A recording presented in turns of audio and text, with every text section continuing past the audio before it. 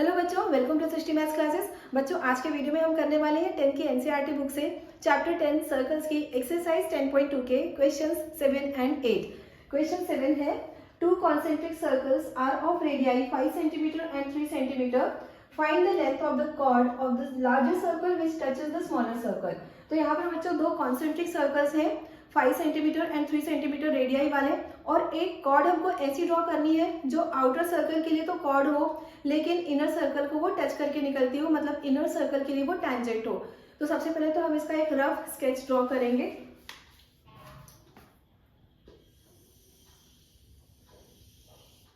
Geometry के इस तरह के क्वेश्चंस में हमें मेजरमेंट के साथ फिगर ड्रॉ करने की जरूरत नहीं होती है, लेकिन हमको रफ फिगर ड्रॉ करना पड़ता है। तो ये मैंने दो कॉन्सेंट्रिक सर्कल्स ड्रॉ कर लिए। आउटर सर्कल का रेडियस 5 सेंटीमीटर दिया हुआ है हमें, इनर सर्कल का रेडियस 3 सेंटीमीटर दिया हुआ है। इसके बाद एक कॉर्ड भी हमको ड्रॉ करना है जो इनर सर्कल को टच करके निकल रही हो और आउटर सर्कल के लिए ये कॉर्ड हो। और इस कॉर्ड के लिए नेमिंग कर लेते हैं हम ए बी, और ये सेंटर ऑफ सर्कल है। Chord A B inner circle को जिस पॉइंट पे टच कर रहा है उस पॉइंट की नेमिंग हम कर लेते हैं पी। और हमें फाइंड करना है लेंथ ऑफ द कॉर्ड। यहाँ पर पूछा हुआ है हमको find the length of the chord of the larger circle which touches the smaller circle, मतलब ए बी की लेंथ हमको फाइंड करनी है। अब हम ये देखते हैं कि फिगर तो हमने ड्रॉ कर लिया, अब इसमें कौन कौन सी लेंथ हमें दी गई है। तो लेंथ हमको सिर्फ लेंथ के नाम पे दोनों सर्कल्स के रेडियाई हमको दिए हुए हैं। इनर सर्कल का रेडियस दिया हुआ है और आउटर सर्कल का रेडियस दिया हुआ है। तो अगर मैं O को P से ज्वाइन करा दूं तो ये इनर सर्कल के लिए रेडियस होगा। तो इस रेडियस की लेंथ मतलब OP की लेंथ है 3 सेंटीमीटर, और अगर मैं O को A से ज्वाइन करा दूं तो ये आउटर सर्कल का रेडियस है और इस रेडियस की लेंथ है 5 सेंटीमीटर। आपको ये चीज अच्छी तरह से समझ में आ रही होगी बच्चों कि ये रेडियस क्यों है, मतलब OP क्यों है इनर सर्कल का रेडियस और OA क्यों है आउटर सर्कल का रेडियस। क्योंकि बच्चों रेडियस की डेफिनेशन ही होती है a line segment that joins the center of a circle to any point on the circumference of circle। अब P पॉइंट जो है वो इनर सर्कल के सर्कमफ्रेंस पे लाई कर रहा है। P को अगर हम O से ज्वाइन करा देंगे तो ये रेडियस ऑफ इनर सर्कल बन जाएगा, और इसी तरह से A पॉइंट आउटर सर्कल के सर्कमफ्रेंस पे लाई कर रहा है, तो इसको अगर हम O से ज्वाइन करा देंगे तो ये बन जाएगा radius of the outer circle, और दोनों की length 3 centimetre and 5 centimetre question में दी गई है। तो इस क्वेश्चन के को जब हम सॉल्व करेंगे तो सबसे पहले हम फाइंड करेंगे लेंथ ऑफ AP, और यहाँ पर एंगल 90 डिग्री बनने वाला है। 90 डिग्री बन रहा है और उसका मैंने साइन भी बना दिया।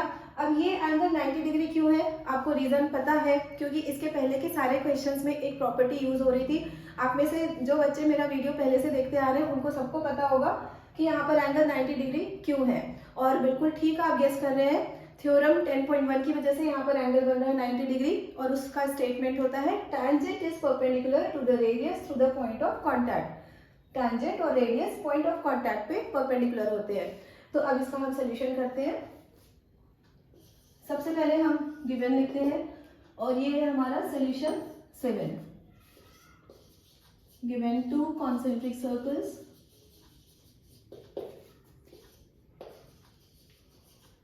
of radii 3 centimeter and 5 centimeter. Two concentric circles are of radii 3 centimeter and 5 centimeter with center O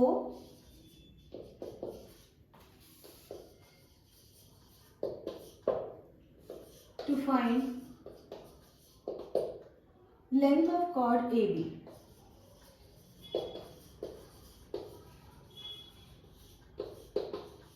ये लेंथ हमको फाइंड करनी है। सॉल्यूशन, अब यहाँ पे हमने OP वगैरह सब कुछ ज्वाइन तो करा ही दिया है, क्योंकि OP के बिना इनर सर्कल का रेडियस दिखाई नहीं दे रहा था, तो OP मैंने ज्वाइन करा दिया है। अदरवाइज इस स्टेप को हमें कंस्ट्रक्शन में लिखना होता। तो सबसे पहले इस एंगल को हमें 90 डिग्री शो करना होगा। OP is perpendicular on AB। अब यहाँ पर प्रॉपर्टी क्या आएगी, tangent is perpendicular to the radius through the point of contact।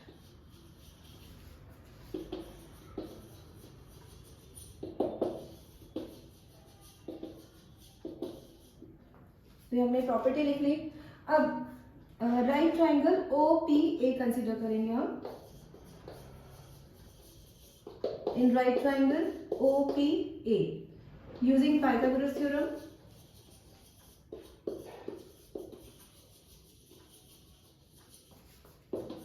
और पाइथागोरस थ्योरम क्या होता है बच्चों, अच्छी तरह आपको पता है, H square equals to P square plus B square. तो यहाँ पर हाइपोटेनियस है ओ ए, परपेंडिकुलर है ओ पी, और बेस है ए पी, जिसकी लेंथ अभी हम फाइंड करेंगे। ए पी की लेंथ मिलने के बाद ही हमको ए बी की लेंथ मिल पाएगी। अब इसके आगे का सोल्यूशन हम ऊपर कर लेते हैं। वैल्यूज पुट करेंगे हम। ओ ए की वैल्यू है 5, ओ पी है 3 एंड ए पी हमको फाइंड करना है। 5 square 25, 3 square 9 plus A P square 9 left hand side में आकर सब्ट्रैक्ट हो जाएगा। 25 minus 9 equals to A P square, 16 equals to A P square. अब स्क्वायर रूट ले लेंगे दोनों साइड पे, क्योंकि 16 4 का स्क्वायर होता है, तो जब हम स्क्वायर रूट ऑफ 16 लेंगे तो आंसर मिलेगा हमको 4। हमने दोनों साइड पे स्क्वायर रूट्स ले लिए, square root of 16 is 4। So A P equals to 4 centimetre. अभी बच्चों हमको सिर्फ ए पी की लेंथ मिली है 4 सेंटीमीटर। जितना AP होगा उतनी ही लेंथ BP की भी होगी, तो इस तरह से AB की लेंथ हो जाएगी 8 सेंटीमीटर। AP जितना ही BPQ होगा, इसका रीजन है 9th स्टैंडर्ड में आपने एक प्रॉपर्टी पढ़ी होगी, perpendicular drawn from centre to the chord bisects the chord. अगर किसी भी सर्कल के कॉर्ड पे उस सर्कल के सेंटर से परपेंडिकुलर ड्रॉ किया जाता है, तो वो जो परपेंडिकुलर होता है वो उस कॉर्ड को बाइसेक्ट करता है। Bisect means to divide into 2 equal parts. तो ये जो परपेंडिकुलर होगा वो परपेंडिकुलर AB को 2 इक्वल पार्ट्स में डिवाइड करेगा। तो इसलिए AP की जितनी लेंथ होगी उतनी ही लेंथ BP की भी होगी, और इस तरह AB हो जाएगा 2 into AP, that means 8 centimetre. अब इन सारी चीजों को हमें लिखना भी होगा। ज्योमेट्री में हम जो भी चीज लिखते हैं उसके लिए हमको रीजन जरूर लिखना होता है। तो अभी यहाँ पर हम लिखेंगे as AP equals to BP। अब इसके लिए हम रीजन लिखेंगे, और रीजन का मतलब होता है property. Perpendicular drawn from centre to the cord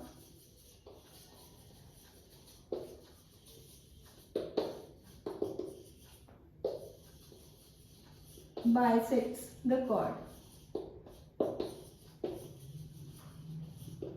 तो इस प्रॉपर्टी की वजह से AP BP की लेंथ इक्वल हो गई। This implies AB equals to twice of AP और twice of 4। 2 into 4 equals to 8 centimetre.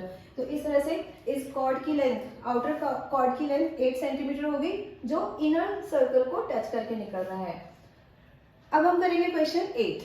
तो क्वेश्चन 8 है, a quadrilateral ABCD is drawn to circumscribe a circle, prove that AB plus CD equals to AD plus BC। तो यहाँ पर बच्चों सबसे पहले problem बच्चों को ये आती है, इस वर्ड की मीनिंग पता नहीं होती है बच्चों को। सर्कमस्क्राइबिंग का क्या मतलब होता है?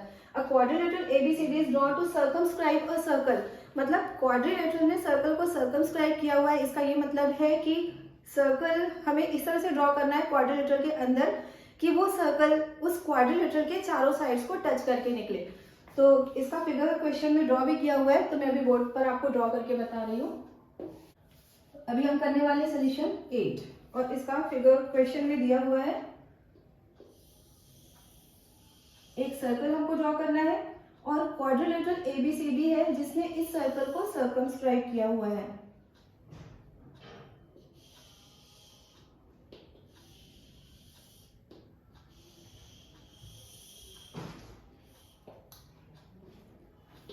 ABCD ABCD एक क्वाड्रिलेटरल है जिसने सर्कल को सर्कमस्क्राइब किया हुआ है। अब सर्कमस्क्राइब वर्ड की मीनिंग आपको इस फिगर को देखकर भी समझ में आ रही होगी कि एक इस तरह का क्वाड्रिलेटरल जिसने सर्कल को, जिसकी चारों साइड में सर्कल को टच करके रखा हुआ है, मतलब circle is inscribed in the quadrilateral ABCD, ऐसा भी बोल सकते हैं, या फिर हम ये भी बोल सकते हैं the quadrilateral ABCD is circumscribing the circle.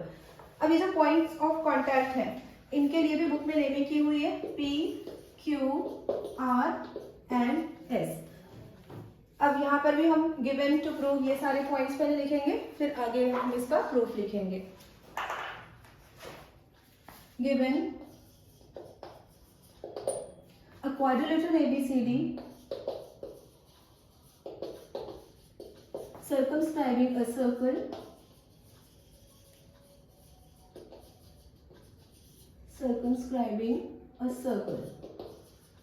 बस इतना ही हमको दिया हुआ है और क्वेश्चन में कोई भी बात नहीं लिखी हुई है।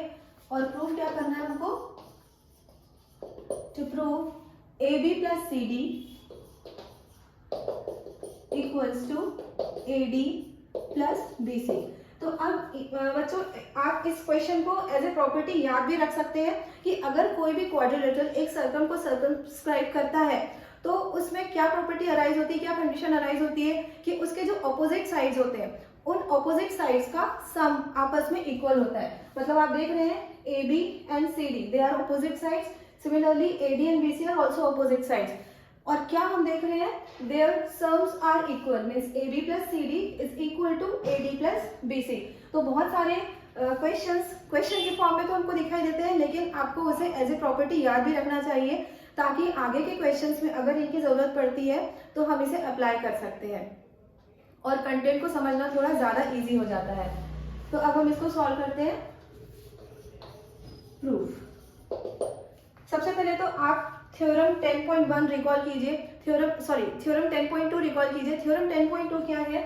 अगर किसी भी सर्कल के एक्सटर्नल पॉइंट से हम पेयर ऑफ टेंजेंट्स ड्रॉ करते हैं तो उन टेंजेंट्स की लेंथ इक्वल होती है। इसका स्टेटमेंट होता है the lengths of tangents drawn from an external point to a circle are equal. तो अगर एक्सटर्नल पॉइंट से किसी भी सर्कल के लिए टेंजेंट्स ड्रॉ किया जाए तो उन टेंजेंट्स की लेंथ इक्वल होती है। तो यहाँ पर इस सर्कल के लिए points A, B, C and D ये सारे के सारे एक्सटर्नल पॉइंट है। कोई सा भी पॉइंट सर्कल के अंदर तो लाई नहीं कर रहा है ना। A, B, C, D ये चारों ही वर्टाइसेस सर्कल के आउटसाइड में है और यहाँ से फिर हमको टेंजेंट्स दिखाई दे रहे हैं क्योंकि क्वाड्रिलेटरल के चारों साइड्स ने सर्कल को सिर्फ टच किया हुआ है। तो इसका ये मतलब है कि A से दो टेंजेंट्स हमको दिखाई दे रहे हैं AP, AS। इसी तरह से B से दो टेंजेंट्स दिखाई दे रहे हैं BP, BQ। और इसी तरह से C से दो टेंजेंट्स है CQ, CR और D से है DS एंड DR। तो इन टेंजेंट्स की लेंथ भी आपस में इक्वल होंगी। AP equals to AS, BP equals to BQ, CQ equals to CR and DR equals to DS। तो सबसे पहले इस रिजल्ट को हम यहाँ पर लिखेंगे। AP इक्वल्स टू AS ये A के टेंजेंट्स हो गए। फिर B से ड्रॉ हुए टेंजेंट्स कौन कौन से हैं? BP equals to BQ। C से जो टेंजेंट्स है वो है CR, CQ और D से ड्रॉ हुए हैं DR and DS। DR equals to DS। और इन सभी के लिए एक ही रीजन है प्रॉपर्टी 10.2 या फिर थ्योरम 10.2। तो उसका स्टेटमेंट हमको यहाँ पर लिखना पड़ेगा। Length of tangents drawn from an external point to a circle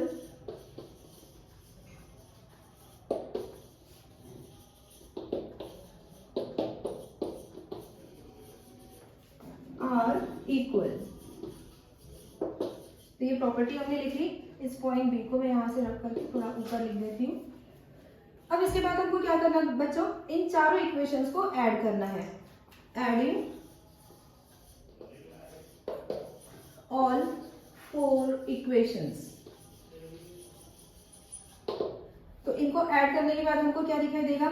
AP plus BP plus CR plus DR equals to AS plus BQ plus CQ plus DS। तो हमको ये इक्वेशन मिल गई है। अब इसके आगे हम ऊपर रब करते हैं। यहाँ पर मुझे थोड़ा बोल्ड रब करना होगा। तो अब नीचे जो इक्वेशन मिली है इस इक्वेशन को एज इट इज हम ऊपर लिखेंगे, लेकिन जब हम इन टर्म्स को लिखेंगे तो हमें इन टर्म्स को रीअरेंज एंड रीग्रुप करना होगा। तो रीअरेंज क्यों करने की जरूरत है? क्योंकि अगर AP के साथ BP ऐड किया जाए, आप डायग्राम भी देखिए और यहाँ पर भी देखिए, AP में अगर BP ऐड करते हैं तो हमको साइड AB की फुल लेंथ मिल जाती है। इसी तरह से CR और DR को अगर ऐड करते हैं तो हमें full length of side CD मिल जाएगी। सॉरी, यहाँ पर D पॉइंट है, तो आपको फुल लेंथ CD मिल जाएगी। अब यहाँ पर हम राइट हैंड साइड में देखेंगे, AS के साथ हम ऐसा कौन सा टर्म ऐड करें कि हमें कुछ रिजल्टिंग साइड मिल जाए, क्योंकि अगर AS के साथ BQ में लिख लेती हूँ तो हमको कोई भी रिजल्ट नहीं मिलेगा। AS प्लस BQ आप देख सकते हैं कि कोई भी रिजल्टिंग साइड नहीं मिल पाएगी। तो AS के साथ में किसे रिग्रुप कर लूंगी, DS को। तो AS के साथ DS ले लेंगे हम, और BQ CQ को एक साथ ले लेंगे, एक ब्रैकेट में ले लेंगे, तो BQ और CQ का सम हमको मिल जाएगा BC। अब इन सारे टर्म्स को हम यहाँ पर लिख लेते हैं, AP प्लस BP, इनमें ग्रुपिंग कर ली, फिर CR DR, CR plus DR, इनमें भी ग्रुपिंग कर ली, equals to right hand side में कौन कौन से टर्म्स है, AS प्लस DS प्लस BQ प्लस CQ। तो टर्म्स को मैंने रीअरेंज करके रीग्रुप भी कर लिया, और आपको रीजन पता है कि ऐसा क्यों किया है, ताकि हमें complete length of side of quadrilateral मिल सके। तो अब यहाँ पर हम इन सारी साइड्स की लेंथ लिख लेंगे। AP और BP का सम मिल रहा है AB,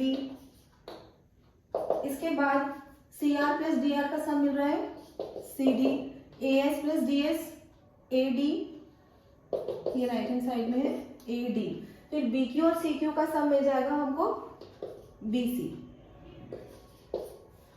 तो यही चीज हमको प्रूव करनी थी, AB plus CD equals to AD plus BC। मतलब अगर कोई भी क्वाड्रिलेटरल एक सर्कल को सर्कमस्क्राइब करता है तो उसके ऑपोजिट साइड्स के सम्स इक्वल होते हैं। तो आज हमने क्वेश्चन 7 एंड 8 किए हैं, और अगले वीडियो में इसी एक्सरसाइज को कंटिन्यू करेंगे। और अगर मेरी टीचिंग पसंद आ रही है तो प्लीज वीडियो को लाइक करिएगा, अपने दोस्तों के साथ शेयर करिएगा, चैनल को सब्सक्राइब जरूर करिएगा, और साथ ही में बेल आइकन प्रेस करते हुए ऑल सिलेक्ट कर लीजिएगा। Thank you so much for watching.